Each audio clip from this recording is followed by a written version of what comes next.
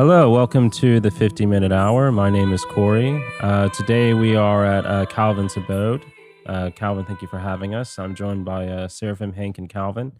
Why don't we go around and talk about what we're drinking today? What am I drinking, Calvin? You are drinking 1792 small batch bourbon. I am drinking 1792 small batch bourbon, and it's very good. So what I'm drinking as Corey. well. Hank. I've got a Green River bourbon. And then I don't have anything right now, but I might make an espresso halfway through. I'd say this 1972 go pretty 1792. well. 1792? Yeah. What did I say? You said 1972. Oh. So funny story. When we bought it, Hank's 21. So I told him go get 1792 from the store. At least that's what I thought I said. I told him 1972. So you went to the store. And so like I'm not the bourbon expert. I go up to this aficionado and I'm like, hey, I'm looking for a 1972 bourbon. He looks at me with this blank stare and he says, do you mean 1792? Because that's over here. Well, you all like it? It's very good. Yeah, I think it'd be Alright, good in a old fashioned. Yeah, it does. I usually prefer rye in old fashions, but this tastes a lot like rye to me. So this would be very good. It is Oh, it there is you a go. rye bourbon, I think, from my understanding. Isn't bourbon Rye? usually made with rye? No, rye. It's a percentage difference. Yeah. This is more rye than wheat, I know. Well, then it's. Well, it's based on the corn amount, right? I think so. I think the bourbon has more corn. Is that it? This is the blind leading the blind. Okay. None of us are. We went We went to so many distilleries and learned this, and we were, don't we know. were also drinking a lot. Yeah, we were drinking a lot. So All right, so what exactly is today's topic? Well, it's a bit multifaceted. Before I get there, though, I wanted to give a shout out to this other podcast. I don't generally listen to podcasts, but my friends were recommending me this podcast. It's called Know Thyself, and they're very similar topically to us. So if any people who listen to this, you'll probably like them. They're a bit more formal than we are. It's just two guys, and they talk about tarot, astrology, a bunch of new age stuff. But you're laughing, Seraphim. no, you just said they're a lot more formal, which is like code for they don't say all the bullshit we say on this podcast. Yeah, we we're didn't do a furry podcast. Yeah. they didn't do No. Millions Must Die furry podcast. They're like, and they don't really do psychoanalysis or anything like that. But there's a big Venn diagram. I'd like to do some sort of joint podcast with them eventually. They're a lot more popular than us too. But as far as I'm aware, they're the most popular esoteric podcast. So they have a really good what is it, publishing or whatever, the people produce production value. I don't know. They have a website and everything with like a forum where the fans go and post questions and Oh, wow. everything. It's very nice. They have a good setup. And they'll do like astrology readings for you too. But so they have a good business program. I do want to do an astrology podcast sometime. Yeah, well, we will need someone like Angela. our Jonathan's friend who knows a lot more about Oh, astrology. Yeah. I was much better at astrology when I had my prodigy memory when I was in 5th grade. That was when I was really into astrology. And then I was like, oh, there's other esoteric stuff. And I kind of forgot everything I knew about astrology. But yeah, we could at some point. We would just need people because there's people who know way more about that than I do. I want to say that for the furry podcast, Alexander came to me afterwards and was like, I think I was a little hard. Can you Yeah. edit some of that stuff out? So I kind of edited out the pieces. I spent like 2 hours editing out like Millions Must Die and little quips like that.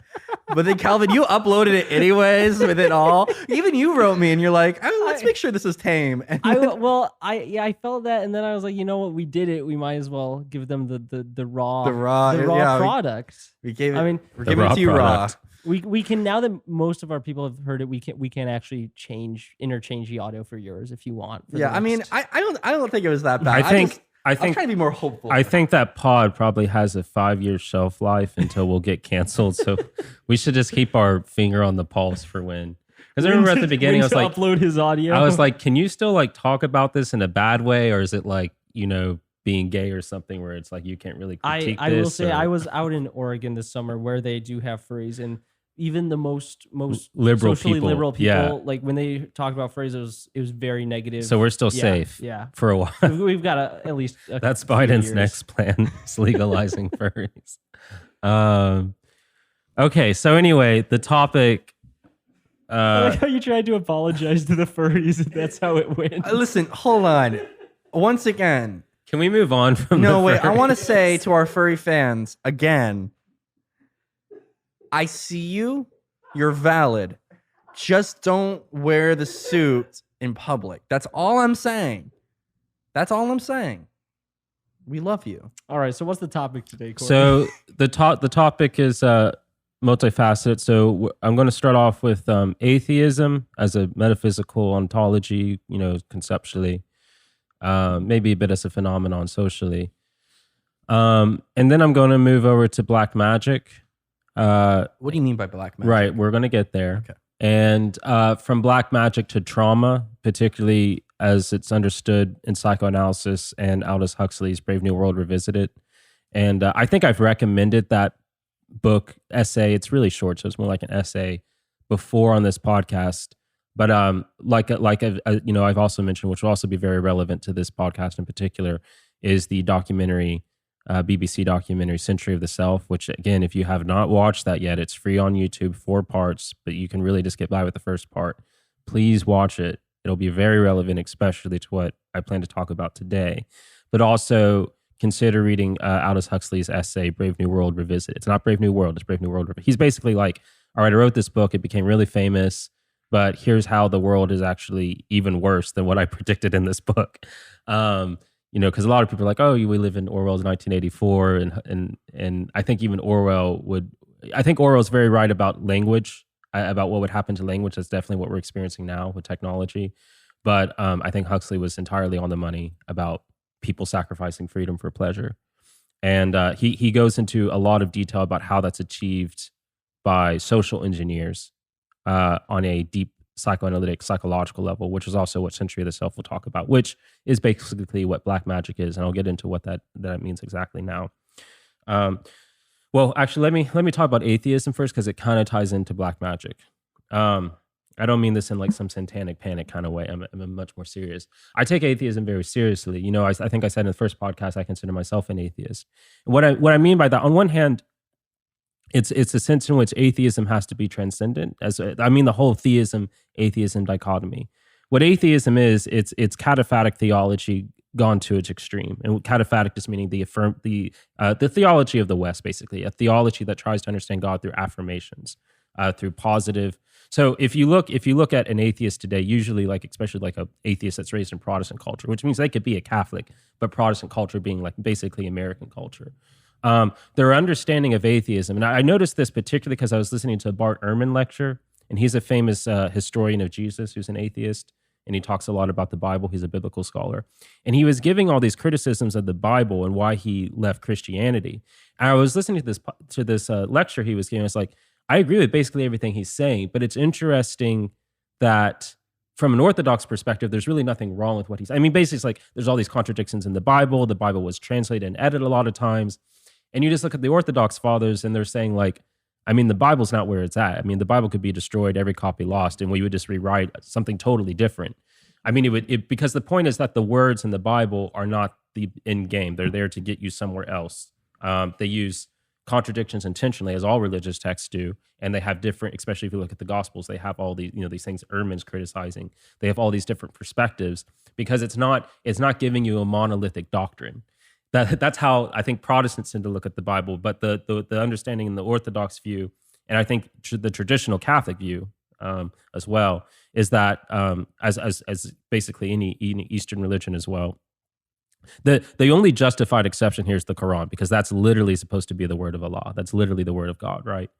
Whereas with this philosophy of the Bible, this theology of the Bible is just something that you meditate on to get you to a deeper level, which is the word behind the Bible, which is Christ, the Logos, right? John 1:1, in the beginning was the Word, and the Word was God, and God was the Word. So it's not the Bible that's the word of God, but the Bible is just a tool that helps you get to the word. Okay, so if the Bible's lost and destroyed, it doesn't really matter. So the Bible's not treated as this absolute doctrine in and of it. It's not an instruction manual to build a church. Okay. So when I look at a lot of modern atheism, and I think about also reading earlier atheists like Schopenhauer or Nietzsche, though he's not exactly an atheist, but to this degree that they're critiquing Christianity at least.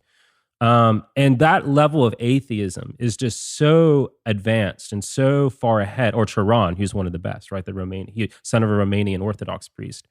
But their atheism, their atheology, or Bataille, another great one, their atheology is so advanced compared to any critiques, or Hume, another great one. Sorry, I just keep coming up with them. Are so much more advanced than the level of atheism we get nowadays. I was listening to this debate between Cosmic Skeptic, who's a current modern atheist intellectual, very young, and he was debating with William Lane Craig on Kalam's cosmological argument. This is a very interesting debate. It's been going on since Islamic times. But I think Craig's actually the person who named this argument. And basically it's just an argument for the existence of God. I'm not really going to go through it. But the debate was interesting to me because it was so purely rational and logical. There wasn't really existential reality in it. And if you look at more classical atheists, again, Turan, Nietzsche, their understanding of atheology is much more on an existential romantic level. And what the comparison here I'm making is that the philosophy of the Bible, and in atheism, this is what Zizek says, who is an atheist himself, that atheism is a product of Christianity. Atheism is a Christian phenomenon. Which is to say that what we know about atheism or atheology is something produced as a subset of Christian theology. You don't really get atheism that comes about from other cultures. It's a Western phenomenon. Now, the West has taken over the world, so you see atheism everywhere now, China or whatever, but that's only because these cultures have been colonized, rather directly or indirectly by Western theology and Western philosophy that resulted from the theology. This gets into a quote from Nietzsche that I really like that he says in Thus Spoke Zarathustra. He says, that the words that change the world come in silence and stillness. Stillness is the word, not silence, sorry. And that these words come in the footsteps of doves. Now, I have a bit of an unconventional interpretation of this, but Nietzsche's all for, really taking his words as you would have them in some degree here. The way I get this is that I would even want to poetically express it as ideas come on the wings of doves. And what that means is that my interpretation of this is that ideas are not born ex nihilo. They don't come from nothing. They always have a indebtedness to some ultimate ontology theology. So the religion of the intuition, whether you want to look at religion as something God-given or something that is just a social phenomenon that man produces to survive or some vestigial evolutionary trait, whatever, it doesn't matter. The point is that regardless of its origin, what religion does is that it supplies the intuitive framework for any thought to occur. And so all thought is in the petri dish of religion and metaphysics. Heidegger has a great essay on this about what is called What is Metaphysics, where he talks about the tree of metaphysics has the branches of philosophy and science and so on. It's grounded. The soil itself is being, is ontology. So and by ontology, just this hierarchy of being, how being's understood. The only interesting philosophical development, basically since Nietzsche with ontology and metaphysics is Deleuze. And there really hasn't been anything interesting going on in ontology since that with Heidegger, Heidegger, Nietzsche, and Deleuze, basically. It's mostly the black sheep of philosophy that no one really talks about. And yet, as Heidegger shows, it's probably the most important aspect of philosophy. And in part, I don't think Heidegger would say this per se, although he has that quote where he says only a God can save us. But it's because it's connecting to this aspect of this interpretation I'm making right now of Nietzsche's quote here with the doves, which is to say that all these ologies are grown out of a religious or metaphysical view that we may not even be aware of. We don't have to study theology or even be raised religiously. We pick up on germs of the culture of the religion that we're raised in, which, in most of the West is this sort of Protestantized Christianity with this philosophy of the Bible. And that philosophy of the Bible, which I was talking about earlier, is what produces this very modern, logical, rational atheism that we see from like Richard Dawkins or Hitchens. Although I think out of those atheists, Hitchens is probably the highest caliber. Sam Harris, Cosmic Skeptic. But this atheism is so uninteresting to me. The atheism I want is the atheism, again, of Bataille, of Turan, or Nietzsche, or even Zizek to some degree, which is a very existential atheism. And as Evola points out, what we ultimately have to do is go beyond the whole theism-atheism. Why? Because theism is just cataphaticism. It doesn't really work as the East and as Orthodoxy is understood in Dionysius the Areopagite. The cataphatic theology is only really good for when you're trying to deal with heresy. And I really think the church this is a very controversial view among Orthodox, but I think the church even in the East, really got too far with cataphatic theology because it was combating so many heresies in the early church and had all these councils and things, kind of got a bit too lack of mystery. I mean, we did a much better job than the West did, but I think we're still too cataphatic. Well, I'm going to interrupt you now. I was thinking about this yesterday, actually. And I'm going to kind of take us back just a little bit, and then you can keep going because I know you have a path you're trying to get us down. We listened to that Bar Ehrman lecture together, and he was always someone that really annoyed me, but I had never really given him a fair shake, and that was the first time that was like an hour or so long lecture, and I was kind of with you. I'm like, I love everything he's saying. I think the problem with him and a lot of atheists is like he's a very, like you said, a very Protestant atheist. It's like, oh yeah, the Bible is obviously like extraordinarily inconsistent, and there's very clear examples of it being like added in later by later generations and changed and this and that. And I remember our Muslim friend who was on the pod a few episodes back. I remember one time we got in an argument, and he started. He's studied, this kind of stuff too, and he started listing out all these inconsistencies to prove to me that Christianity was wrong. But he's justified in that, I'll say, because he's thinking from the Muslim point of view. And I told him, but when he was doing that, I was like, yeah, I know all that, and here's some more inconsistencies that I know of too, and I'm like, that's all fine, that's great, and I'm like, it's true that in Islam, because he was also making the point that in Islam, like, this is exactly, and we have the text, and this is word for word, and and I think Islam is very much like that, and I think it's more justified being like that. But yeah, I mean, it's really only a problem in Protestant Christianity that we have this, like, it's an idol worship of the Bible, and I think where and it just doesn't become a problem with Catholicism and Orthodoxy. Well, it is a problem in modern Catholicism. It is, yes, with modern Catholicism, it is. And I think that Orthodoxy's problem, along with Catholicism, although it's starting to happen to Orthodoxy too. Yes, well, okay, so it's a couple different things here. The problem with Catholicism and Orthodoxy, yes, traditionally in Catholicism and Orthodoxy, you shouldn't have that problem, but with the Westernization, we start to believe it's a problem when it's not. I think where Catholicism and Orthodoxy gets into a problem, which is touching on what you were just saying, which is they start to get too into what do I say? Dogma, I guess, basically. We have cataphatic. Yes, Cataphatic, yeah. Cataphatic theology, yeah. And like, we have the authority, and we're gonna speak on this, and this is gonna be the truth, and we're gonna have a council, and we're gonna have a theology, and we're gonna have a dogma, we're gonna have a canon, we're gonna have whatever. Catholicism, far gone on that. It's really that the cataphatic stuff is what should be esoteric. That should not be given to the masses, because it creates this dogmatism. Yes, and if you look at, I'm kind of like midway, because I agree with the Protestants. I hate saying that. I agree with the Protestants. No, a lot of the critiques on the early church are totally legitimate. Yeah. Yes, yes, exactly, on the critiques of the politicization of the church, post Constantine and post Constantine era of the church, all that. But then Protestants take in this weird way. They're like, yeah, let's screw all that, and let's idol worship the Bible. Which is it's like, throwing the baby out with the bathwater at that time. Yeah. It's like, what are you talking about? One thing, coming from a conservative, like, homeschool background in a very Protestant area, the Bible was a textbook. We had standardized tests on the Bible. Yeah.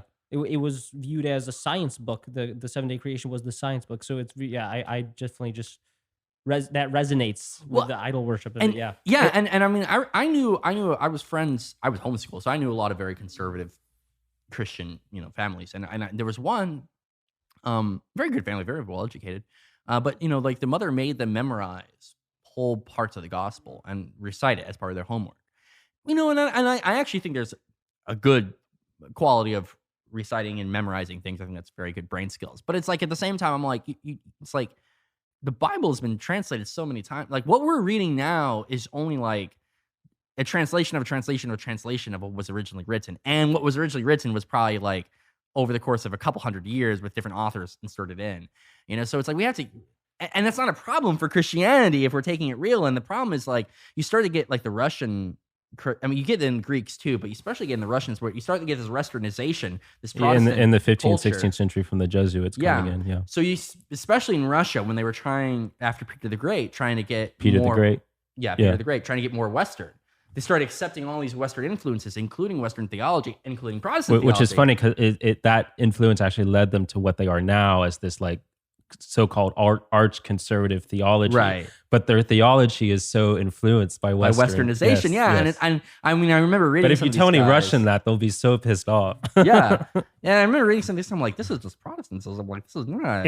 It's also very Catholic. Like you'll Yes. see even in canonized Well, saints they're in influenced by Russia. the French a lot. You'll so, yeah. you'll see these ideas of like Mary is battling with Jesus over the soul of the damned. That is not in anywhere in like Orthodox patristics. That is a totally Western, very Catholic. Yeah. It's not a Protestant idea. It's a very Catholic idea. And it's like, where does this come from? And that you even have canonized saints in Russia saying these things. It's Yeah. so, but that being said, that works with the Russian sense of piety. That is how they operate. The problem, again, with this Western mindset, myself included, is that I come in here and I'm looking at this Russia stuff. And like, this is so weird to me. But that's for Russia. That doesn't have to then be universalized as this law or dogma for all orthodoxy, right? And again, this is what's so strange to me, because you will see people in the West, or even your friend Simeon, who will then read like a Buddhist koan or look at the Buddhist tradition, how much it changes and how contradictory their sayings are. And it totally clicks for most people that that's just how it's supposed to be. How basically any religion is outside of the Abrahamic ones. I mean, even real Judaism and real Christianity are like this, right? But the way they've been interpreted in modernity. But suddenly when it comes up to these Christian scriptures, that understanding is just totally thrown out the window. And we hold the Bible up to the standard that no other religious text is. Again, besides the Quran. And in the Quran's case, it's justified.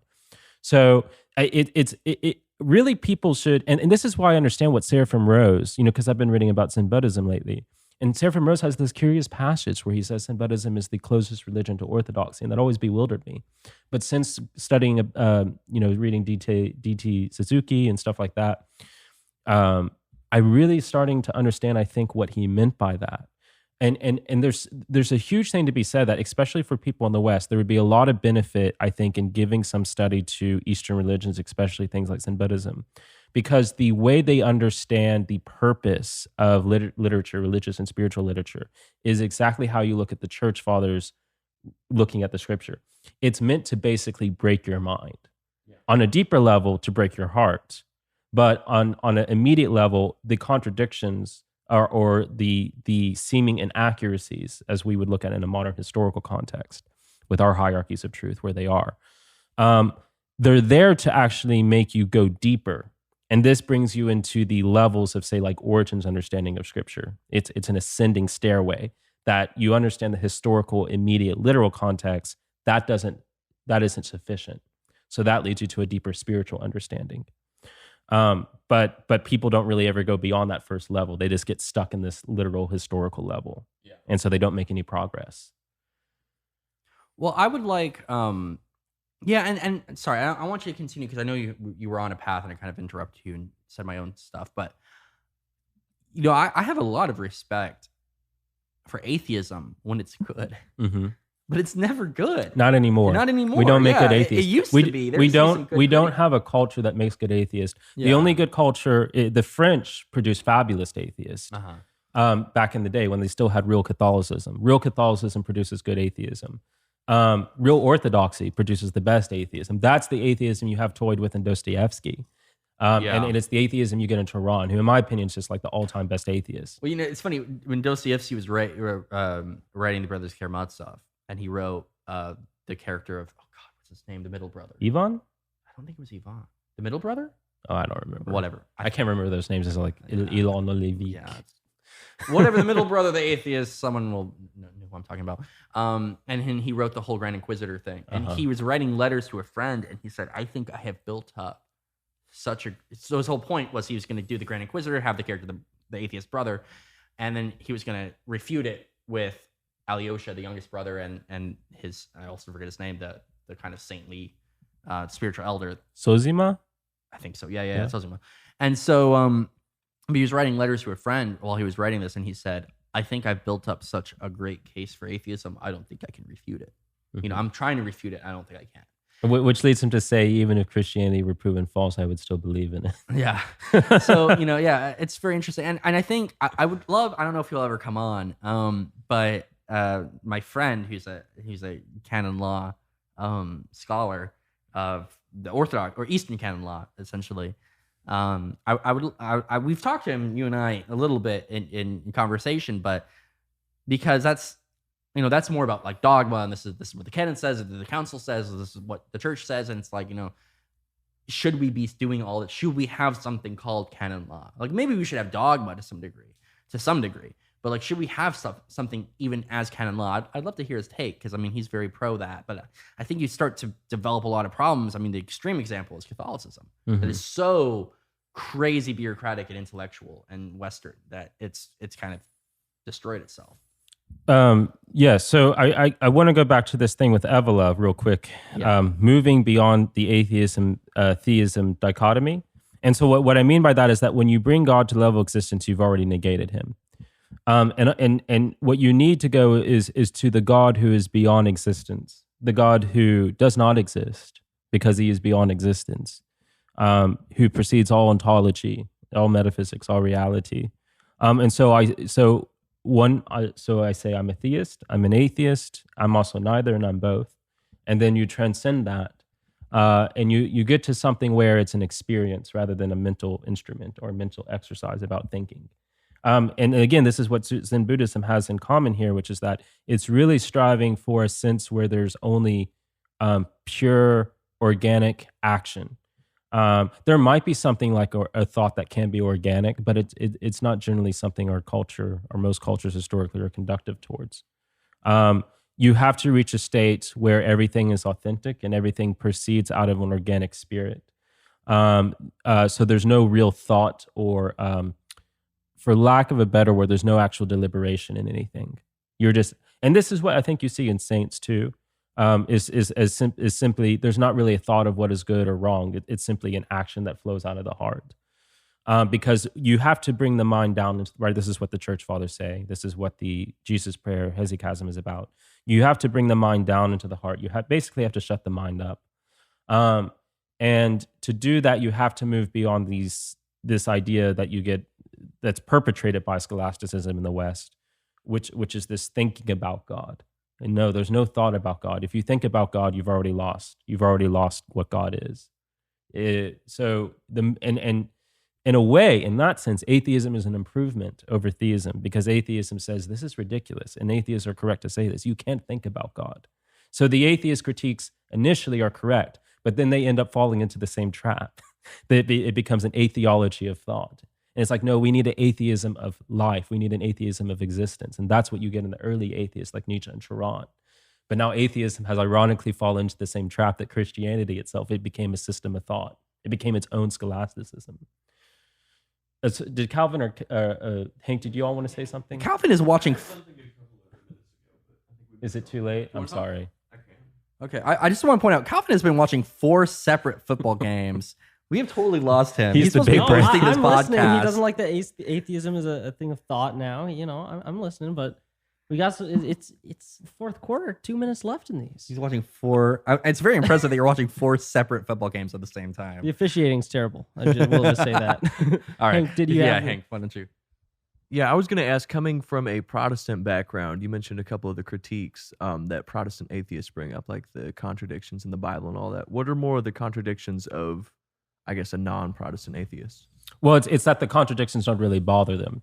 I guess what you see with the existential atheist is not really dealing anything with the Bible in and of itself. It's rather that this experience I have had of God is traumatizing. Or the experience I've had of what this experience that people have had of God have produced culturally is traumatizing. That's Nietzsche. Nietzsche is very much the sociological atheist. Turan is the existential individual atheist. But they're basically both saying the same thing. And it's not a contradiction. There are no real contradictions in this sense of understanding things. To both Turan and Nietzsche, the contradictions are just ways that you reveal deeper truths. So there's nothing really in the Bible that would be problematic for them in and of itself, as far as their atheism goes. Nietzsche would find certain cultural criticisms to make, but he also has a lot of admiration for the Jews, so it goes both ways for him. In either case, the if you want to put a label like contradiction on it, the existential atheist feels contradicted in his intuition, his experience, his ability to perceive reality in his everyday suffering, and how his suffering. I mean, if you want to put it in a quaint philosophical term, the existential atheist, the romantic atheist, is dealing not intellectually but existentially with the problem of evil, with the problem of a hidden God, not with some contradiction in the Bible. Yeah, I was gonna say I think there are like 3 different types of atheists, and correct me if I'm wrong, but there's the one that's like the Bart Ehrman, like, oh, I studied the Bible and I realized this is all inconsistent, so now I'm an atheist. This is bullshit. That's one. And the 2 is like, I've seen religions be abusive and they start wars and this pedophilia and all the stuff of organized religion. It's just all about power. And so you become atheist. So that's kind of 2. And then 3 is the problem of evil. And I think the second one's kind of the problem of evil, but that's like a very thinking problem of evil. Yeah, but it's like, so for the first one, it's like, okay, the Bible, it's like, yeah, that's the only problem with Protestants. Orthodox and real Catholics shouldn't care about that. It's like, yeah, of course it's inconsistent. We all know that. That's one. And then 2, it's like, okay, organized structures cause problems. It's like, yeah, absolutely, that's true. And there's a lot of criticism that should be made there, but it's like, okay, yeah, that's not exactly an argument against God. And then the problem of evil, it kind of depends on how you argue it, because I think some people argue it really stupidly. Someone like, well, if God exists, why do kids get cancer? It's like, yeah, I mean, like, maybe there's a really fucking evil God out there that exists. Like, that's very true. Like, it may not be, the nice, like, loving, we could have a Calvinist God. Yeah, like there might not be the loving Jesus, whatever. I mean, there might be just a really fucked up God. And Jesus is just a deception. Yeah. Yeah, to screw us over. Yeah. So it's like, so that's not really an argument against God. It could be a good argument against Christianity. But that's not an argument against the existence of God. I think you could argue it at a higher point. And I think Dostoevsky does this to some degree. That's like, we can't have any real concept of God with the problem of evil. There's no existential analogy between how I should behave and what God is. Right. Which is actually, I think, the same problem you get in Calvinism. Yeah. So I think that's probably the best route of atheism, but you don't really see that's basically just going Satanist. Yeah. It's a rebellion. Yeah. Yeah. Which, again, it's like most Satanists are just they're not real Satanists. They're really stupid LARPers. But there is a deeper level of atheism. Which is the Promethean. The real Satanists that are like don't exist, but the very few that do. They exist. They exist, but they're very, very, very few. Yeah, I know a few. Yeah. I actually respect the hell out of them because I'm like, at least you're fucking consistent. And they even have an asceticism, because their asceticism is that God has put all these moral intuitions inside of us, like don't commit pedophilia, don't murder. They will actually go out of their way, commit pedophilia, murder, whatever, until they no longer feel guilt. Yeah. Because as long as you feel guilt, you are tied to the God. Yeah. So you have to ascetically rid yourself through these very painful things you have to put yourself through morally until you are beyond morality, until you create your own morality. I mean, Evelyn said this himself. If you really want to do the Satanist path, the only real way to do that is Nietzsche. To transcend morality. What do you think of the type of atheist? This is probably the most common, at least at college. That there's no proof, therefore I don't care. It doesn't. It's not real because read Hume. Read Hume. Hume will set them straight, because Hume will show you there's no proof for anything. There's no proof for science. There's no proof for this reality. The point at the end of the day, what Hume gets you to realize is that you're putting your faith in where you want your skepticism to go. You are selecting where your skepticism is, which in and of itself is not a logical, rational thing. Once you've come to that realization, you can continue to be an atheist, but you have to understand your atheism is not based on reason or logic. It's based in the faith of where your skepticism is. Yeah, actually. Which is why Hume is very useful. And that's why he's a great atheist. Yeah, I think that's such a good point, because you do meet a lot of people, at least kind of like college students or whatever. They're like, I'm not like some hardcore atheist, fuck the world, but it's like, there's no proof, so I won't believe it. I'll think about it when I'm older. Yeah. I've heard that. And it's like, there's, I won't believe anything until there's proof, that the onus of proof is on you. It's like, yeah, sure. But it's like, I bet you fucking believe in gravity, and I bet you can't explain it for a second. You believe it because you were taught in 3rd grade that there's a thing called gravity, and you never studied it past that. You believe in a lot of things. I mean, you believe in democracy and egalitarianism because you're living in America or the Western culture or whatever. It's like, I bet you can't argue for a second why we should be democratic. Yeah, give them Plato's arguments against democracy and see how they respond. It's like, so you believe and accept, and it's like, I bet you believe that raping and killing people is bad and people should go to prison. But that wasn't a really common moral intuition until Christianity. Yeah. It wasn't a moral intuition at all. It's a moral invention. Yeah. So it's like, I bet you can't explain for a second why you think raping and killing is bad. So it's like, sure, you can say, I don't believe in God because someone needs to prove it to me first. It's like, yeah, maybe. You can argue that, but you're arguing that for literally anything else in your life. Are you arguing that for science? Are you arguing that for morality? Are you arguing that for ethics? Are you arguing that for anything? No, you're probably not. So you're accepting a lot of things on faith except God. So you kind of have like this weird like bent, which is like, well, you need to prove this to me, but I'll accept everything else on faith. They've already so decided they don't want to believe it. Yeah. much. And it's like, which is, again, now if you want to go all the way and you want to say, I don't accept anything as bad. You know, raping and killing, I don't know. Prove to me it's bad. Gravity, prove to me it's real. God, prove to me it's... Yeah, if you want to do that, and then I'll respect you because you're an ultimate skeptic, and that's a pretty miserable life. But, you know, okay, at least you're consistent. But I don't think that college students, I think that's kind of just a way of avoiding... I think it's lazy. I think it's avoiding actually engaging with the conversation. Now, that being said, you can also go the path of a radical skeptic who nonetheless takes a leap of faith and simply places his faith where he desires. But at least you're admitting that you're doing that. Yeah, I mean, that's what I'm doing. Do that, then that's fine. That's what I'm doing. I just Right. put my faith in things that seem cool, basically. Yeah. Corey, This can is you a cool make idea. Can you make an atheist tier list for us sometime? Of the best atheists? Yeah. Well, Chiron's definitely at the top. Chiron and Nietzsche. Dawkins and them are definitely at the bottom. Maybe. I spend much more time than I thought. This is probably going to go over 50 minutes now. I spend much more time than I wanted to on this atheism. The reason I bring up atheism is because I want to drive home this understanding of what ideas are, where ideas come from, that they don't come out of nothing, that they have an inherited tradition that come, as Nietzsche says, on the footsteps of doves, or I like to say on the wing of doves. There's always an assumed, usually unconscious metaphysics, or Nietzsche would call ideology, for example. So going from there, what is black magic then? Now, again, I'm not saying black magic or white magic or green magic or any of this new age bullshit. I'm not saying these things are fundamental forces. There's no such thing as black magic. There's no such thing as white magic. If you listen to the magic podcast, right, all magic is just the energy of God. In essence, everything is magic, okay? Some things are direct manifestations of magic. Other things are indirect manifestations of magic. But the way magic is oriented, how it's transmuted, what medium or media it comes through is what we talk about when we talk about the colors of magic.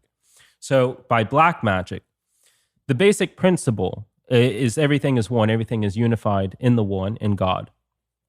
What black magic is doing is that it's taking the magical energy that we inherit from God, the graces of God, and it's diverting it against God, against the will of God, against freedom.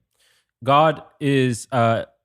in a sense, there's no ultimate sense of freedom. I don't really play into this free will debate that has existed in the West, or free will, non-free will dichotomy. I think it's bullshit, like the atheism-theism dichotomy. It's all bullshit. What I mean by freedom, because ultimately you're a slave no matter what, but there's a slave to the thing that is infinite, which is the one, which is the absolute potentiality of all action in the best, most creative, interesting, coolest way. All right. And that's enslavement to that where your true self becomes aligned to the one self. Okay, that's sainthood. All right, that's white magic. Anything that is trying to unify or emancipate man from enslavement to his passions is white magic. Black magic is the exact opposite. Black magic is where you take the lowest aspects of human nature and you make people enslaved. If you're familiar with tarot, this is very much appropriately the devil card. It's all about becoming enslaved to the lowest passions, the lowest aspects of the human self.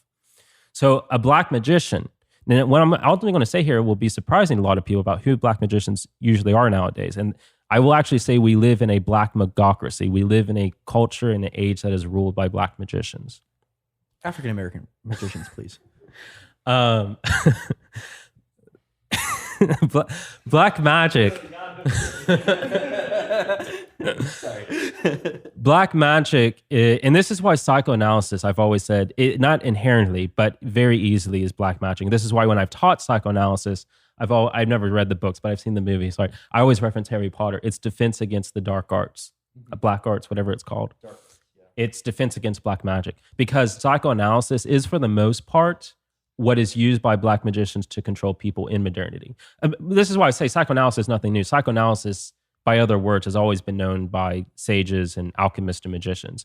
It took on a secular scientific character through Freud. Freud is just, basically just taking all this ancient knowledge and making it atheistic, which he's still a genius for doing in some ways. But he's also very dangerous because, like Tesla, although this wasn't Tesla's intention, he's taking the esoteric and making it exoteric, or at least for people who shouldn't be in the position to have knowledge about psychoanalysis. Psychoanalysis is a very, very dangerous knowledge. And for the most part, the people who know the most about psychoanalysis are not psychoanalysts. They are people in Hollywood. They are people who run media stations. They are people who own the newspapers. They're the people who own the oil companies. There are people who sell you and sell your ideas and sell your identities through things like Facebook and social media. Because so Facebook's actually a great example of what black magic is, because it takes this attention problem that humans have with these things and it uses it against you to enslave you. And then it takes all this information about your soul and it sells that. It packages and makes it a product. I mean, when you put it in that way, right, it's like a Horcrux. It's taking Horcruxes of your soul and selling it on the black market, on the black magic market, for other people to use that Horcrux against you. Okay. So another Harry Potter reference. I'm using this, right? Like a Horcrux is something that has your soul in it. Yeah. Okay. For someone who hates Harry Potter so much, you seem to know a lot about it. Well, again, I'm using the black magic against itself. So, so it's like all these Christians are like usually Protestants. They're like, oh, Harry Potter is black magic, and I agree with them, but not for the same reasons. And more than anything, to me, it's just the practical aspect of the people who were really into these books, how they turn out in their older life. It's very much someone who's been affected by black magic. And just look at the average Harry Potter fan. And okay, so moving on. So what you see with black and what atheism in the lowest denominator sense, the common sense we have now, the Western Protestantized atheism, it really allows black magic a way to function in a totally unsurpassed. Even again, like noce vero mace credo. I don't believe it, but it's true. Okay, so this was the basic function of how people were, regardless. Again, religion is not an individual identity like it is in modernity. Religion was always something you just were born into and you did. It was a part of the culture. It was a part of the air you breathed. It doesn't matter if you believe any of this stuff. You weren't an atheist. And again, this still survives in places like France to some degree. You might intellectually be an atheist, but you still call yourself a Catholic, right? This is a holdover of the more traditional view of what religion is, which is a cultural thing that controls how you function. I mean, the closest equivalent you could think of nowadays is ideology. So for instance, capitalism. I might not believe in capitalism, but I still participate in it, right? I basically have no choice but to. Unless you're like a communist living in some commune in California somewhere or something, right? You are still very much a capitalist, okay? So likewise, it doesn't matter if I believe rubbing the Madonna's belly is gonna help my wife's pregnancy. I'm an Italian, I do it anyway. Noce vero, mace credo. So the way that this functions historically, right? The sort of personal individual skepticism of modern atheism doesn't really apply here.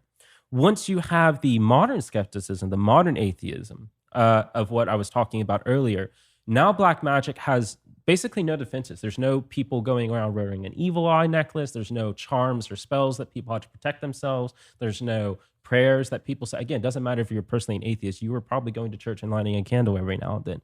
None of that's there. And again, even if you want to look at this from a purely psychological, materialist point of view, there's something to be said about rituals that people do that sort of make your ego and your psyche stronger. I think not in the bad sense of ego, in the good sense of ego. It prepares you and it distracts your attention from all these mundane things to a quiet meditation where you go into a church while you're walking down the street and you light a candle, all right, for your mother's cancer or something. Okay. We don't really have that anymore. Our modern ritual is going on Facebook or whatever. So our ritual itself is already participating in that black magic. This is why, to me, it's so ridiculous. And I've said that on this podcast before, when so many Christians are talking about something like tarot, I'm like, regardless of what you think tarot is, even real people doing magic divination with tarot, right? Which I said is not the true tarot, but even taking that, like you're going to see a fortune teller who's interacting with some spirits or demons to tell your future through the cards, all right? Even that is not nearly as powerful magic as when you turn on the news, okay? And it's so astounding to me that Christians can see why that's bad, why the whole tarot person consulting demons is bad, but they can't understand why watching the news or any of this other stuff, it's so mind controlling. And it's mind controlling because it's using all these subtle, again, things informed by psychoanalysis. Watch Century of the Self. Again, this will really clear a lot of this for you, or reading Huxley's Brave New World Revisited. And that talks, if you're familiar with like monarch programming or anything like that, he goes into a lot of, because Huxley was a very intelligent guy, and he was very aware, being one of the first people tested LSD on, that, you know, in the MK Ultra stuff, that he was basically a test tube from birth. His whole family was. And then he came, it's kind of funny because he came to America to escape that. And he's like, oh, now I'm just the CIA's bitch. So he kind of suffered with this existential crisis his entire life. And to him, pharmacon, drugs, were like the only way he could really escape it.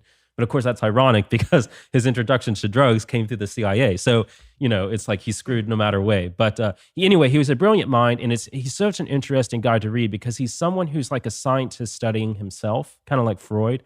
But whereas Freud's looking at that on a deep individual level, Huxley's seeing that on a sociological level, how his family was groomed as basically test subjects, and how now coming to America to find freedom, he becomes another test subject. And that's a lot of what Brave New World's dealing with. But if you read Brave New World Revisited, he's really looking at it in a very analytic, immediate way.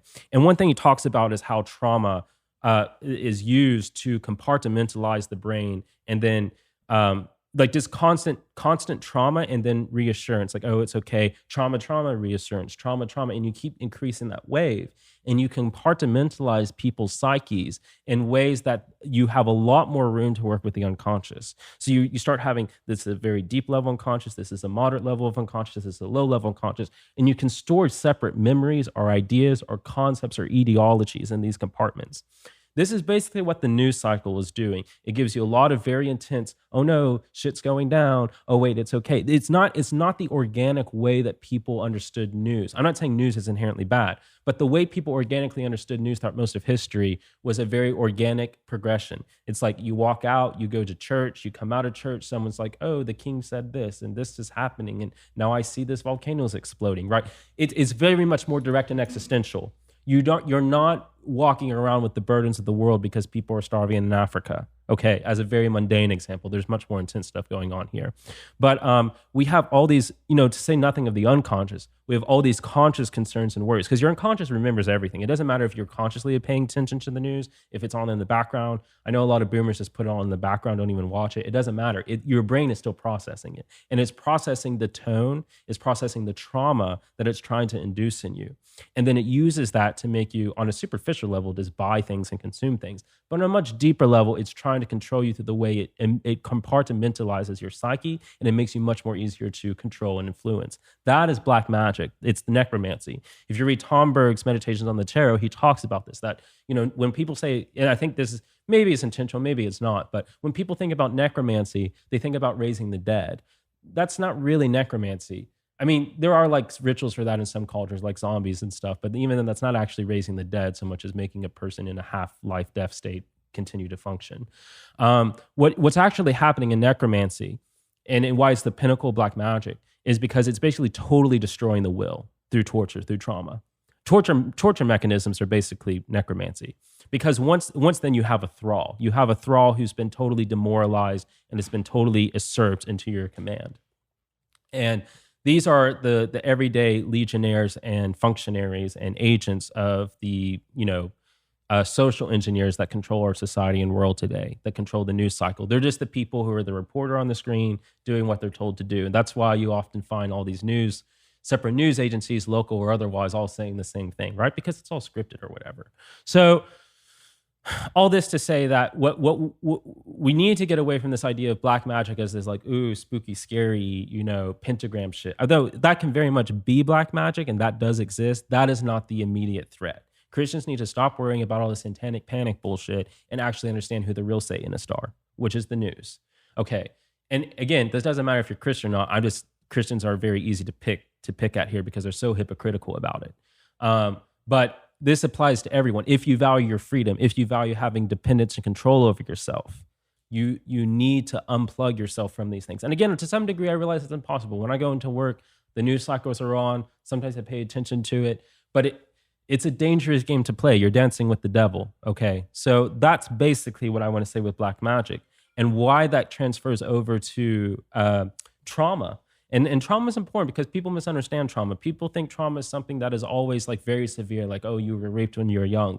But what people don't understand is that, one thing Lacan says is that, and I'm paraphrasing very drastically here because he wouldn't understand what I'm saying otherwise, probably. What Lacan is saying with trauma is that there is no such thing as trauma outside of the context of language. And what that means is that you could have a million terrible things happen to you. And this is also why, by the way, historically, like a lot more bad shit personally probably happened to people. I mean, it was one-room houses. You probably saw your parents having sex all the time. Why isn't this triggering all these terrible Oedipal complexes, right? Freud's like, oh, you see your parents having sex. Well, because that wasn't something culturally ingrained into you in a linguistic contextual way that was supposed to be traumatic. Basically what this is saying, not entirely, take this with a grain of salt because this phrase is overused, but it's basically saying that trauma is a social construct. It doesn't mean it doesn't affect us. It just means even from a very young, even very infantile state, you are already intuitively understanding what is culturally appropriate or culturally traumatic, and you're internalizing that. Also, even if you don't at that time, when you grow older, something that happened to you that wasn't traumatic may very well become traumatic because you've attained a new understanding of what that event was. And this might not even be, usually it isn't happening consciously. This is mostly going on unconsciously in a way you're not even aware of. But as you take in information or new language and concepts, things retroactively become traumatic. So and trauma can be very subtle. It could be something as simple as you're a child and you really want mommy's breast, but mommy doesn't give you the breast, and that just scars you. Again, it might not even be then. It might be when you're older and something else happens that re-triggers the initial trauma from that, and that becomes its whole own oral fixation, its own complex, okay? But traumas are very subtle. So all this to say, we can say what we will about, Spartan culture and how harsh that was at raising its children, but I bet they were very psychologically well defended. This isn't to say we should, program cultures in a way that are like, Spartan or whatever, but we definitely, have to find a balance there. And that depends on your racial structure, your heritage and stuff. It's different for different people. Certain types of people and cultures and nations handle certain types of trauma better than others. But you have to find, and that's really what statecraft is. It's finding what the blood or in the soil of your nation state is and trying to figure what the level of context and language is to produce the most spiritual, material prosperity for your people in relationship to finding that balance with trauma. But what a black magician does, especially when they have statecraft at their hand, especially when they are the people in control like they are now with social engineers, is that rather their question is, I have all these slaves before me who don't think of themselves as slaves, which is all the better. You don't want your slaves to see themselves as slaves. You actually want your slaves to think that their chains are what make them free, which the social engineers of today have probably done a better job than any other point in history. Because when you have that, you're basically unstoppable because you will enslave people more and more while getting them to think that that's just making them more free. That is the real black magic. And again, the goal here is not so much trying to find the balance of the trauma, but trying to find out how to traumatize people. Again, keeping up this appearance that they're free. So you have to be careful about it. And why it is such a particularly Machiavellian statecraft. You have to find out how to best enslave them to make them do your bidding, like a necromancer, to make them do your will. It's not that money and natural resources are your real resources. Your real resources are the human resources, the slaves before you to consume.